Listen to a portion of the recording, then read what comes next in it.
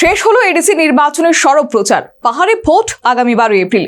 প্রতিদ্বন্দ্বিতায় রয়েছেন 173 জন প্রার্থী। ভয়হীন পরিবেশে ভোটাধিকার প্রয়োগের আহ্বান রাজ্য পুলিশের মহানির্দেশকের।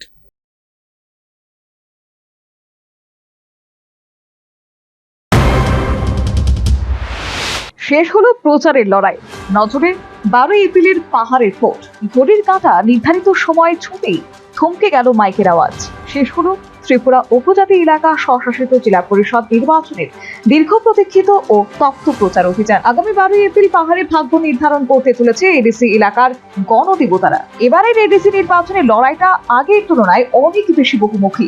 পাহাড়ে নিজেদের আধিপত্য বজায় রাখবে এবং নতুন সমীকরণ গড়তে ময়দানে নেমেছে শাসক ও বিরোধী সব পক্ষই। এবারে নির্বাচনে প্রতিদ্বন্দ্বিতা করছে মোট 173 জন প্রার্থী। মূল লড়াই মূলত তীব্রামথা, বিজেপি, বামফ্রন্ট এবং কংগ্রেসের মধ্যে।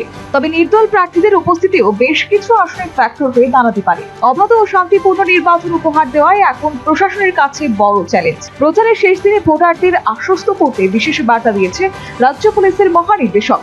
প্রতিটি ভোটার যাতে ভয়হীন পরিবেশে এবং উৎসবের মেজাজে নিজেদের ভোটাধিকার প্রয়োগ করতে পারেন, তার জন্য পুলিশ প্রশাসন বদ্ধপরিকর। প্রতিটি বুথে পর্যাপ্ত নিরাপত্তা বাহিনী মোতায়েন করা হয়েছে। শেষ মুহূর্তের প্রস্তুতি নিশ্চিত নিরাপত্তায় স্পর্শকাতর এলাকাগুলিতে শুরু হয়েছে এরিয়া ডোমিনেশন এবং রুট মার্চ। বহিরাজ্য বা বাইরের জেলা থেকে আসা ব্যক্তিদের গতিবিধির উপর কড়া নজরদারি চালানো হচ্ছে।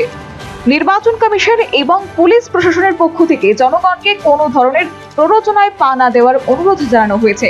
সে যাই হোক, আগামী 12 এপ্রিল পাহাড়ে মানুষ প্রত্যাবর্তন না পরিবর্তনের পক্ষে রায় দেবেন, সেটাই এখন দেখার। রাজনৈতিক মহলের একাংশের মতে এবারে এডিসি নির্বাচনের ফলাফল রাজ্যের আগামী বিধানসভা নির্বাচনের প্রেক্ষাপট তৈরি করে দিতে পারে। প্রসঙ্গত উল্লেখ্য, এডিসির 28টি আসনে মোট ভোটার সংখ্যা 9,62,697 জন।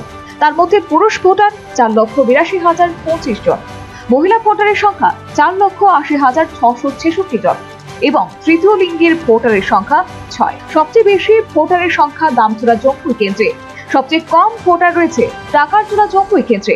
দলভিত্তিক প্রার্থীর তালিকায় বামফ্রন্ট, বিজেপি এবং তীব্রামথা সবকটি আসনে প্রার্থী দিয়েছে। তাছাড়া আইপিএফটি 24টি আসনে প্রার্থী দিয়েছে। পাশাপাশি নির্দল প্রার্থীর সংখ্যা 26। এছাড়া অন্যান্য ছোট দল বা সংগঠনের প্রার্থী সব মিলিয়ে প্রতিদ্বন্দ্বিতায় রয়েছেন আরো 12 জন। আগামী 12 এপ্রিল নির্বাচন এবং 17 এপ্রিল ভোট গণনা ও ফলাফল প্রকাশ। Bureau report, news vanguard.